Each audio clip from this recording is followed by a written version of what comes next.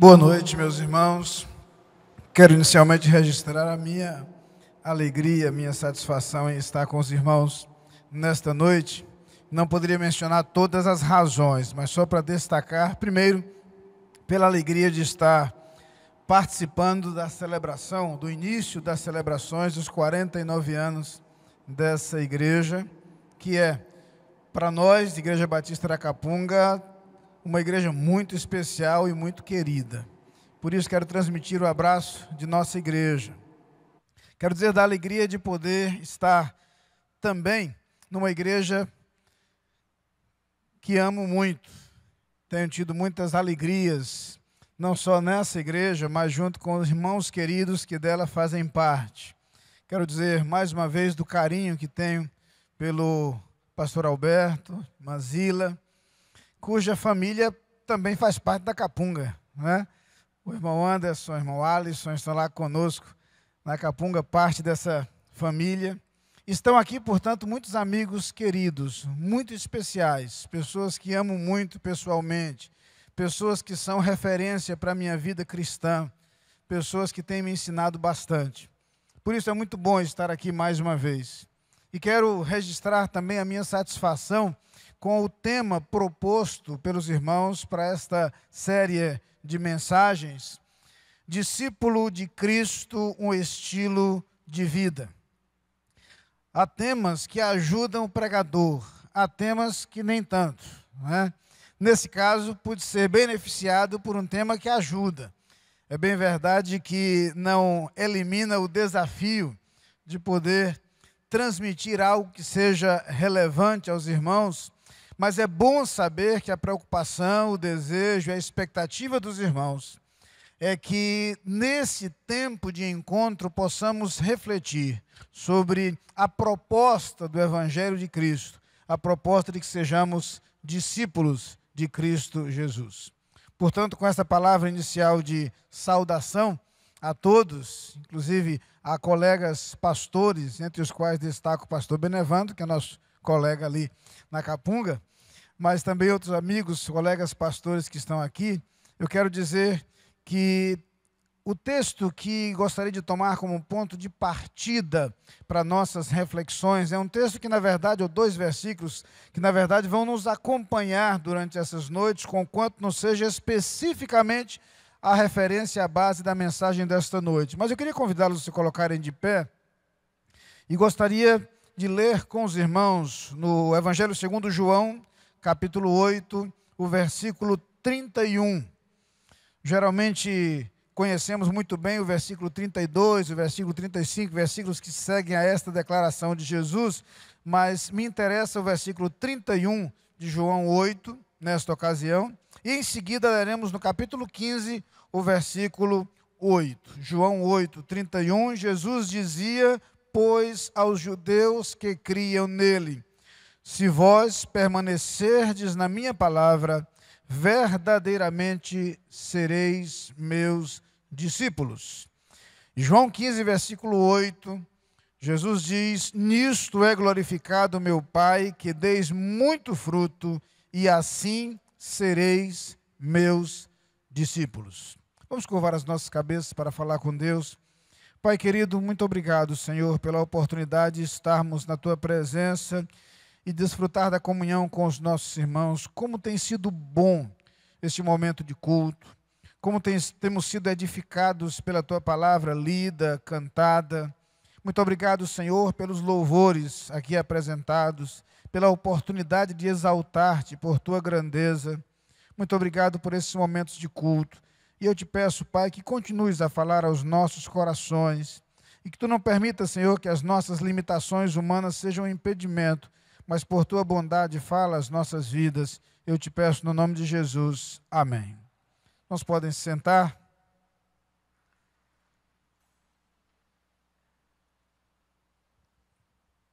Uma das coisas que mais fascina quando conhecemos o Evangelho e quando começamos a nos aprofundar no Evangelho de Cristo e quando começamos a compartilhar esse Evangelho e quando começamos a perceber os frutos e os resultados desse Evangelho na vida das pessoas, é a sua singularidade. Quando conhecemos verdadeiramente o Evangelho, descobrimos que o Evangelho diverge de qualquer proposta religiosa jamais apresentada ao longo de toda a história. De todas as proposições, de todas as ideias, de todos os conceitos religiosos formulados pelo homem ou conhecidos pelo homem, na verdade, nenhum deles se aproxima do que é a proposta do Evangelho de Cristo Jesus. O Evangelho de Cristo é absolutamente singular. Diferente da proposta religiosa, o Evangelho não apresenta uma proposta de conquista, mas uma proposta de entrega.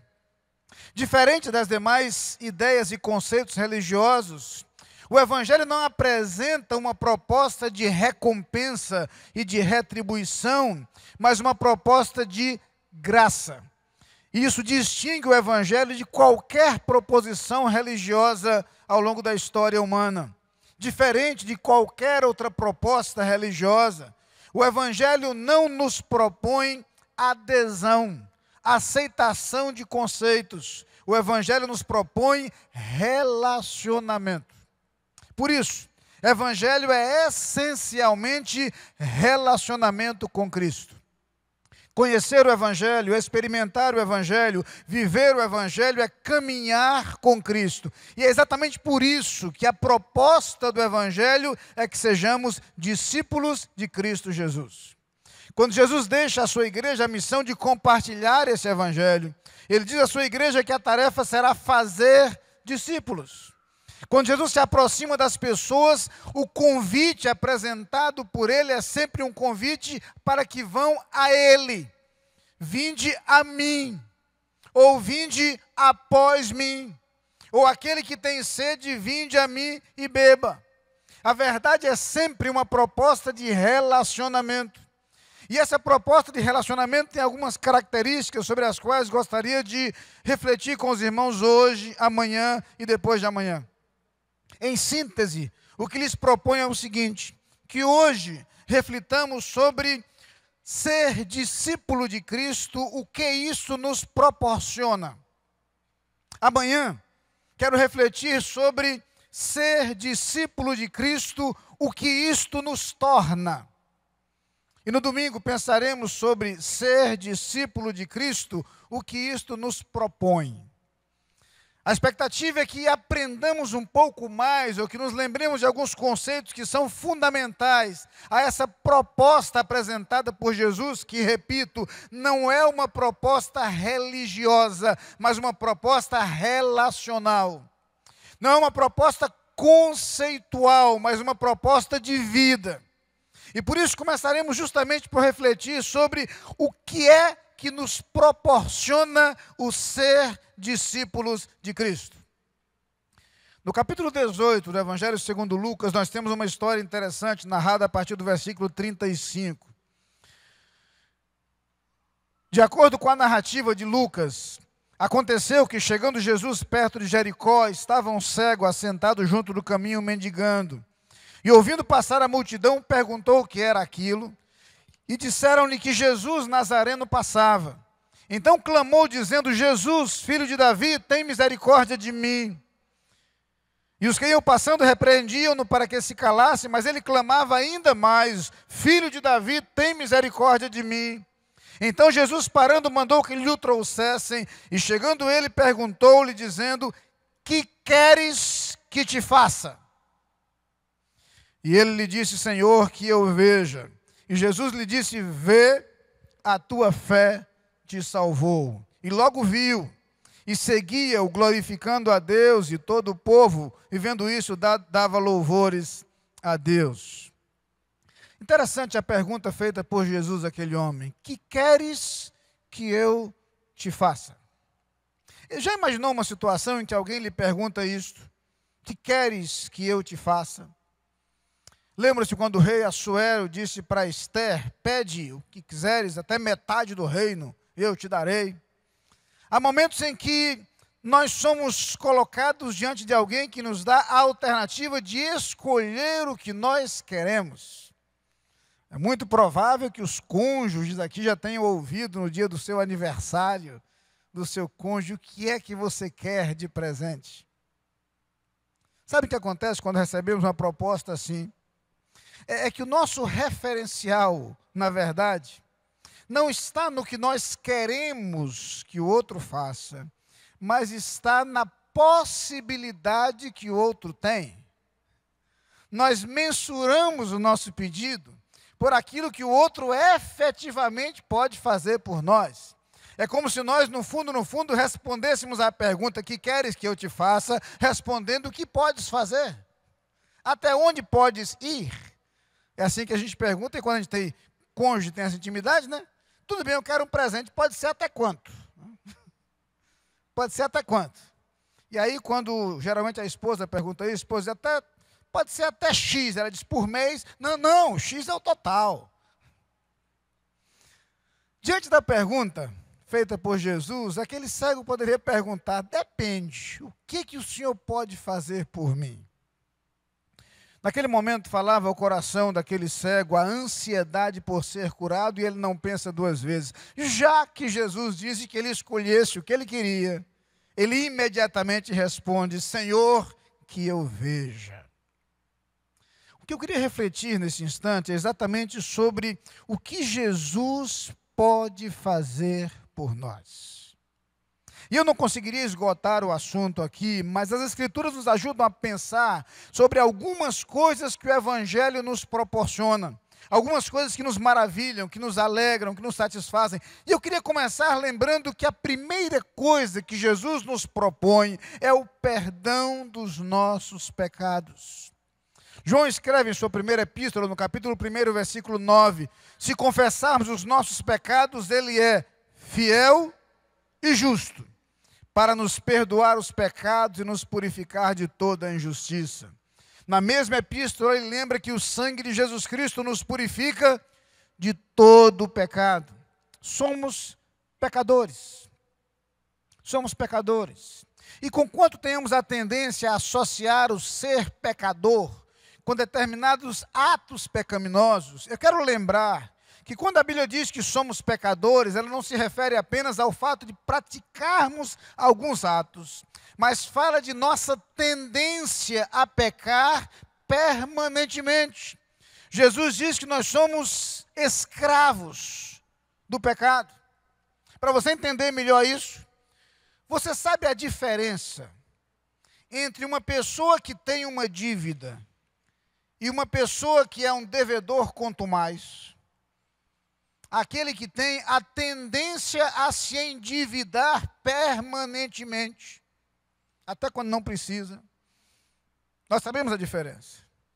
Nós não somos pecadores apenas porque cometemos pecados. Nós somos pecadores porque trazemos conosco a tendência ao pecado. Somos pecadores porque trazemos conosco a escravidão do pecado. E é justamente por isso, por sermos pecadores, que a palavra de Deus vai nos lembrar que Jesus, o Filho de Deus, veio ao mundo para nos proporcionar o perdão dos nossos pecados. E um dos textos mais lindos das Escrituras, na descrição do que Cristo fez por nós na cruz, ao perdoar os nossos pecados, é o modo como Paulo descreve isto na carta aos Colossenses.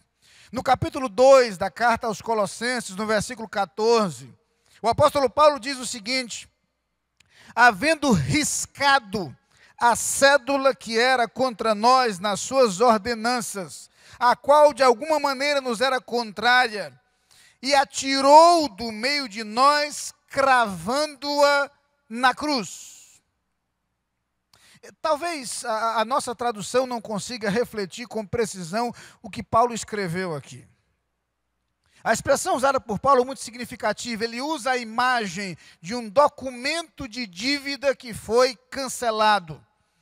A palavra, o escrito da dívida, o documento, é a palavra keirógrafos, que literalmente significa algo escrito à mão, poderia designar qualquer documento, mas com o tempo passou a designar um contrato. Muito frequentemente uma confissão de dívida, um contrato de dívida. E Paulo está nos dizendo que esse documento de dívida que era contra nós foi cancelado por Cristo Jesus. Mas há um detalhe caprichoso nesse texto. É que, na verdade, a palavra que normalmente seria empregada para se referir a este processo de cancelamento de uma dívida é um verbo grego, o verbo kiazein. É um detalhe curioso, porque este verbo deriva o seu nome justamente da letra ki, na língua grega, que tem o formato de um X. Então, como acontece ainda hoje, você cancela um documento fazendo um X em cima. Então, se você tem um documento e você faz um X em cima, ele está cancelado, ele perde seu valor, ele está riscado. Tanto é que algumas traduções dizem exatamente riscado o escrito da dívida, outras dizem cancelado. Essa seria a palavra que normalmente Paulo usaria para dizer o que disse, mas ele caprichosamente não usa essa palavra. Paulo vai buscar um outro verbo muito raro, não encontrado em outro texto do Novo Testamento, que é o verbo exaleifen. E sabem o que é exaleifen? Naquele tempo, os documentos eram escritos em papiro ou em pergaminho. E a tinta usada para escrever, conquanto fosse relativamente resistente e durável, ela não continha ácido. Com isso, ela não penetrava no papiro ou no pergaminho.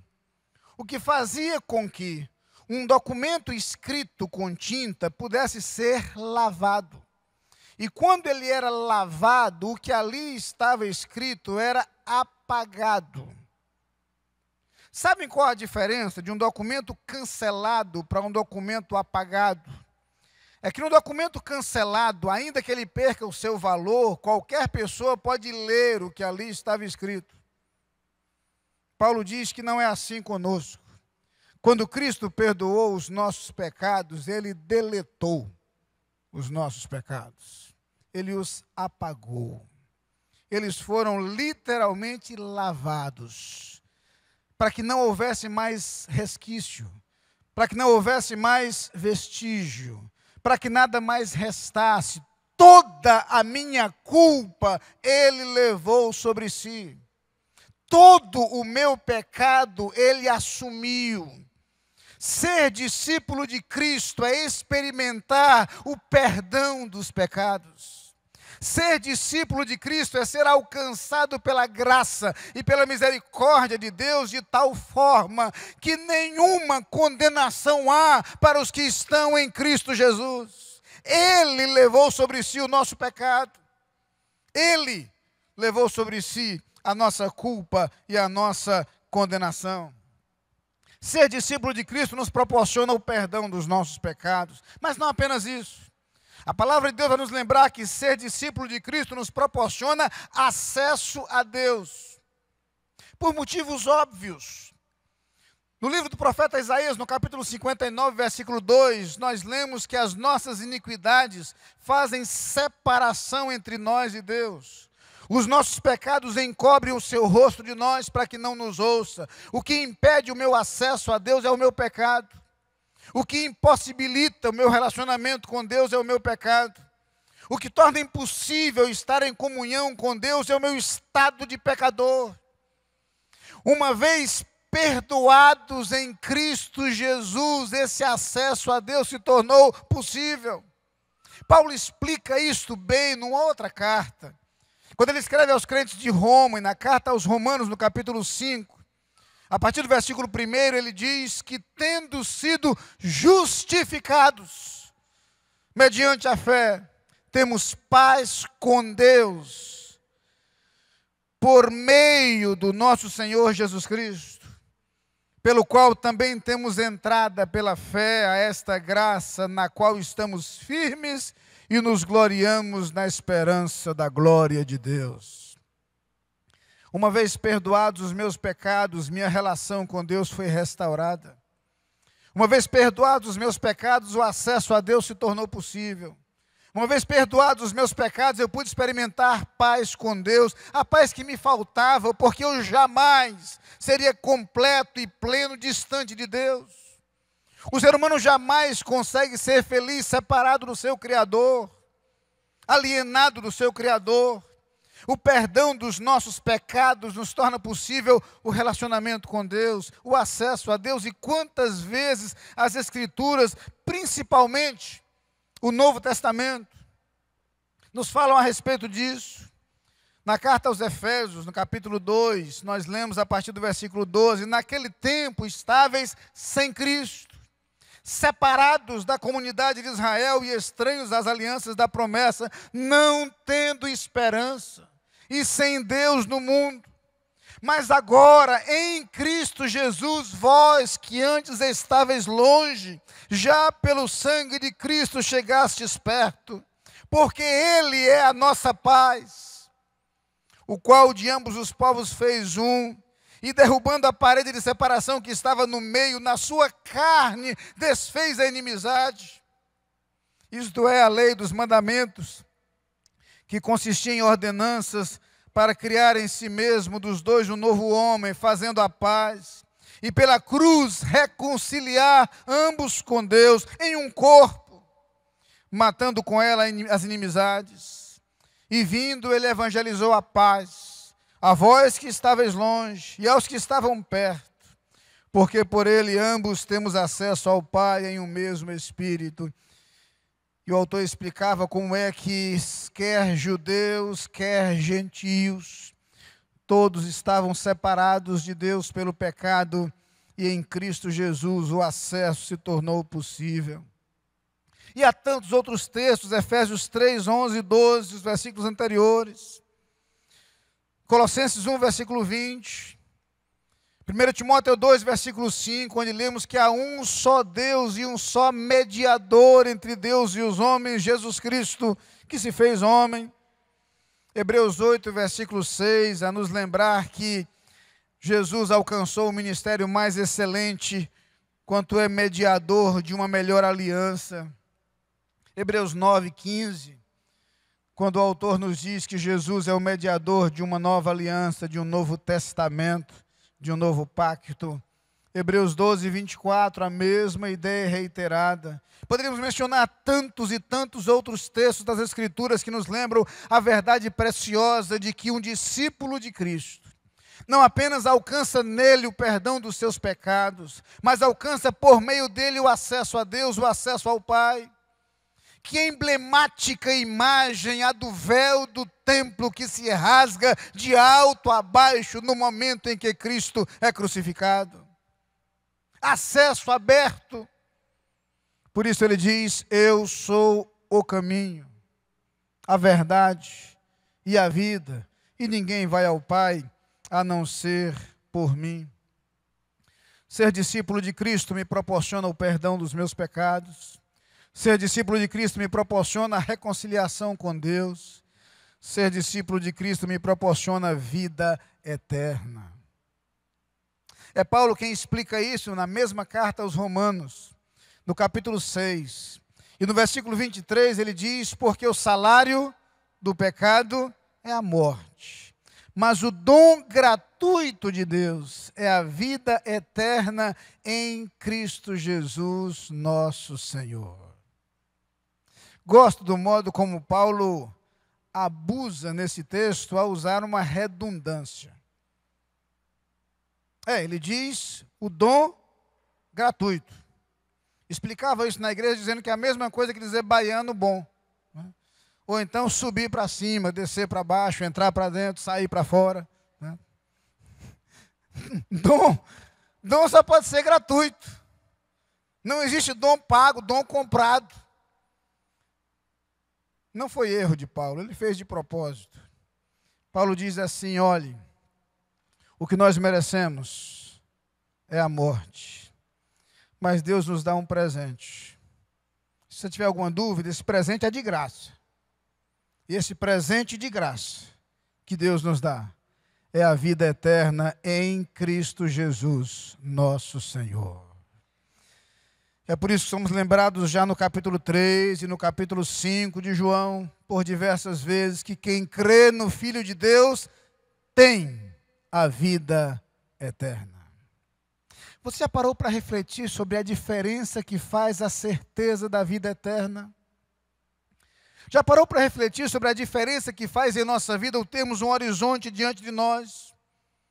O termos a convicção de que certamente a bondade e a misericórdia nos seguirão todos os dias da nossa vida e então habitaremos na casa do Senhor para todo sempre?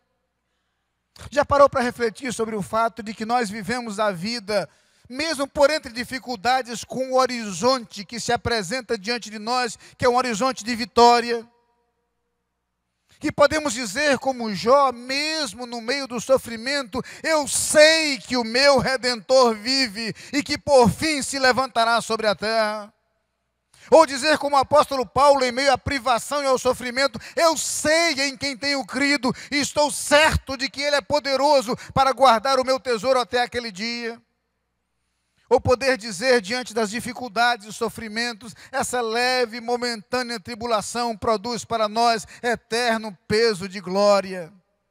Ou caminhar com a convicção de que as dificuldades pelas quais passamos são transitórias, mas é possível atentar não para as coisas que se veem, mas para as que não se veem, porque as que se veem são temporárias, enquanto as que não se veem são eternas. Ah, irmãos, quanta diferença faz viver com a certeza da vida eterna. Quanta diferença faz ver a nossa vida e viver a nossa vida com um horizonte diferente. Com a convicção de que o que há adiante de nós é a vitória. E é possível caminhar com essa convicção e com essa certeza de que nada pode nos tirar a certeza da vida eterna em Cristo Jesus. A convicção de que qualquer que seja a experiência vivida por nós em nossa caminhada terrena, o nosso horizonte futuro está definido, está certo e é assegurado por nosso Senhor Jesus Cristo. Haja o que houver, aconteça o que acontecer, nada nos separará do amor de Deus que está em Cristo Jesus, nosso Senhor. Ser discípulo de Cristo é viver com a convicção e com a certeza da vida eterna. E com a convicção de que nosso acesso a esta vida eterna foi assegurado e garantido por Cristo Jesus. Jamais por nossos méritos, jamais por nossa capacidade, jamais porque houvéssemos conquistado alguma coisa, mas pela graça. Dom gratuito. Presente que nos chega graciosamente, pela bondade e pela misericórdia do nosso Deus. Ser discípulo de Cristo é ter acesso ao perdão que Cristo nos proporciona. Ser discípulo de Cristo é ter comunhão com Deus e paz com Ele. Ser discípulo de Cristo é ter a certeza da vida eterna. Mas e até lá? Uma última coisa que eu queria lembrar é que ser discípulo de Cristo é ter a certeza da sua companhia. A certeza da sua companhia. É significativo que no último versículo do Evangelho segundo Mateus, quando Jesus está se dirigindo aos seus discípulos para lhes deixar a grande comissão, a tarefa que eles teriam que levar adiante sem a sua presença física entre eles, ele assegura: e eis que estou convosco todos os dias, até a consumação dos séculos. Eis que estou convosco todos os dias. Basta caminhar pelas páginas do Antigo Testamento para perceber que essa promessa da presença de Deus já é reiteradamente apresentada. Como quando Deus convoca servos seus para uma missão e para uma tarefa e assegura a sua presença. Ou quando Deus promete ao seu povo que jamais será desamparado. Quando Deus diz que quer passemos pelo fogo, quer pela água, por onde quer que estejamos, Ele estará ao nosso lado e Ele caminhará conosco. Eu sei que algumas vezes temos dificuldade para entender isso. Eu sei que às vezes temos a nítida impressão de que estamos sozinhos. E às vezes, ao longo das Escrituras, algumas vezes servos de Deus se desesperam como se estivessem sós. Não estão. Não estão. Porque nós temos um Deus que jamais nos desampara, um Deus que jamais se distancia de nós, um Deus que jamais nos deixa. É esse Deus quem nos assegura a sua presença. E ser discípulo de Jesus é viver a plenitude dessa promessa do Antigo Testamento, que se torna muito mais concreta na vida de Jesus. É ter a certeza de que jamais caminharemos sozinhos, onde quer que estejamos. Lembram-se da emblemática imagem da fornalha em que Sadraque, Mesaque e Abednego estavam? Muito mais significativa que a mensagem da sobrevivência deles é a mensagem de que eles não estavam sozinhos. Ainda que houvessem sido consumidos pelas chamas, eles em nenhum momento estiveram sozinhos. Como nós podemos viver e caminhar com a convicção de que nada nos separará do amor de Cristo. E é por isso que Judas, visivelmente empolgado, nos versículos 24 e 25 de sua epístola diz: ora, aquele que é poderoso para vos guardar de tropeçar e apresentar-vos irrepreensíveis com alegria perante a sua glória, ao único Deus sábio, Salvador nosso, seja glória e majestade, domínio e poder, agora e para todo sempre. Amém. E ele declara isso porque a presença de Deus nos assegura esta confiança. Um Deus que está presente para nos guardar. Um Deus que está presente muitas vezes para nos consolar. E é interessante quando Paulo escreve a segunda carta aos Coríntios, capítulo 1, versículo 5, e diz: porque como as aflições de Cristo são abundantes em nós, assim também é abundante a nossa consolação por meio de Cristo. Mas sabem o que é melhor? É perceber que a presença de Cristo não apenas nos assegura alguém que nos guarda e que nos consola, mas também alguém que nos socorre. O autor da carta aos Hebreus, no capítulo 4, a partir do versículo 14, diz assim: visto que temos um grande sumo sacerdote, Jesus, Filho de Deus, que penetrou nos céus, retenhamos firmemente a nossa confissão, porque não temos um sumo sacerdote que não possa compadecer-se de nossas fraquezas. Porém, um que, como nós, em tudo foi tentado, mas sem pecado, cheguemos, pois, com confiança ao trono da graça, para que possamos alcançar misericórdia e achar graça, a fim de sermos ajudados em tempo oportuno. O que nos proporciona o ser discípulos de Jesus? Ser discípulos de Jesus nos proporciona o seu perdão. Ser discípulos de Jesus nos proporciona o acesso ao Pai. Ser discípulos de Jesus nos proporciona a certeza da vida eterna. Ser discípulos de Jesus nos proporciona a sua companhia permanente ao nosso lado. Quando Jesus perguntou àquele homem cego: que queres que eu te faça? Talvez ele pudesse retrucar e perguntar: o que podes fazer por mim? Ao nos lembrarmos de tudo quanto Cristo pode fazer por nós, eu queria lhe perguntar nesta noite duas coisas. A primeira delas: você já tem experimentado em sua vida aquilo que Cristo pode proporcionar? Você já abriu seu coração para Jesus para experimentar perdão, paz, vida eterna, companhia? Você já fez isso? Jesus está a lhe perguntar nesta noite: que queres que eu te faça? Você está pronto a abrir o seu coração para permitir que Jesus lhe proporcione tudo isso? Só depende de você. Só depende de você. Mas eu quero fazer uma segunda pergunta. Você que já conhece a Cristo, tem experimentado a plenitude dessa caminhada com Cristo? Tem manifesto sua gratidão a Cristo Jesus por tudo quanto Ele lhe tem proporcionado? Tem vivido a plenitude daquilo que Cristo gratuitamente nos outorga? Porque eu lamento lhe dizer que há muitas pessoas que, embora tenham recebido tudo isso de Cristo Jesus, vivem uma caminhada cristã medíocre, vivem permanentemente a murmurar,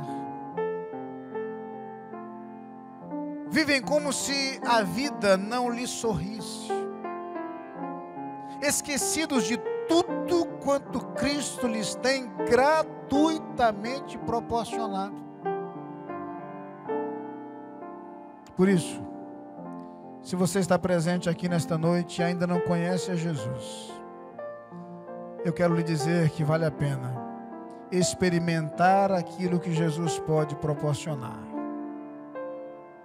Mas se você está aqui nesta noite e já sabe o que Cristo pode dar, já tem aberto seu coração para Ele, eu quero lhe propor que você viva plenamente a presença de Jesus ao seu lado, expressando-lhe sua gratidão, seu louvor, sua adoração, tendo a alegria de caminhar com o Filho de Deus, pecados perdoados, paz com Deus restaurada, vida eterna assegurada e a presença permanente de Jesus ao seu lado, com tudo quanto ser discípulo de Jesus pode lhe proporcionar. Amém.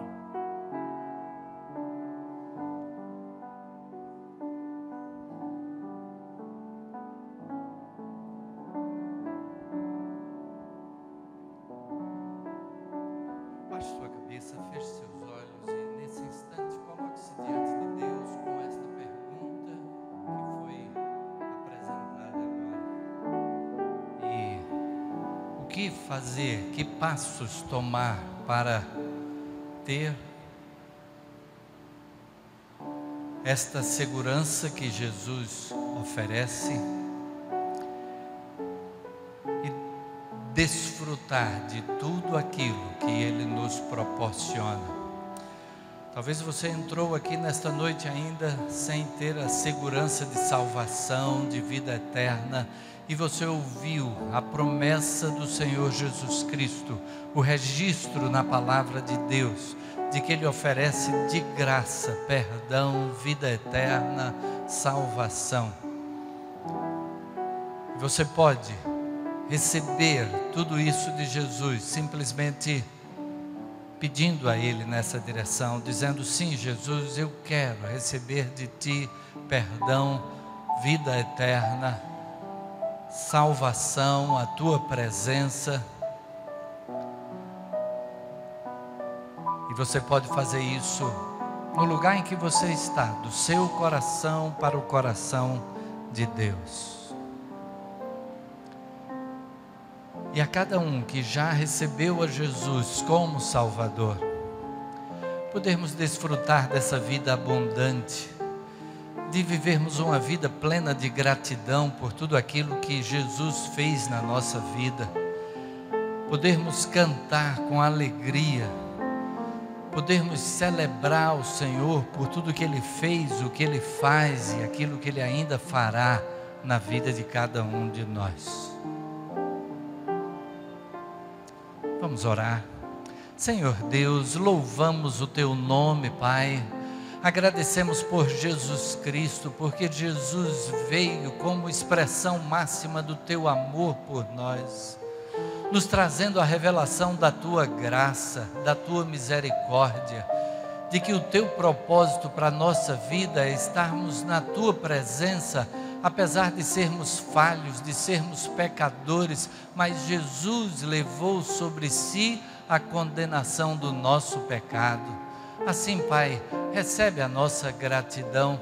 E se alguém aqui ainda não tinha dado o passo de entrega de vida ao Teu Filho Jesus Cristo, que o Teu Espírito esteja confirmando no coração de cada um, dando a plena convicção da necessidade dessa entrega e a disposição para fazê-lo. E que hoje seja dia aceitável, hoje seja dia de salvação, hoje seja dia de entrega de vidas nas mãos do Teu Filho Jesus. A cada um de nós também, Pai, que já temos recebido a salvação em Jesus Cristo, que possamos desfrutar cada dia mais da Tua presença, do acesso que temos a Ti, de podermos estar diante de Ti em cada instante da nossa vida, sabendo que a Tua companhia fará toda a diferença, e que a nossa vida seja uma expressão contínua de gratidão por tudo aquilo que Tu nos proporcionas, pela Tua bondade, pela Tua graça.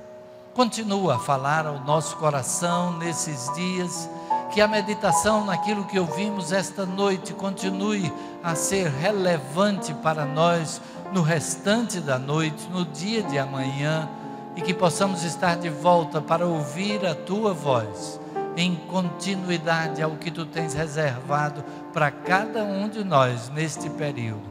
Como igreja, dizemos muito obrigado, Pai, muito obrigado pelos 49 anos, muito obrigado por aquilo que, como foi relatado na mensagem desta noite, é realidade na vida de cada um de nós. Em nome de Jesus, amém, amém.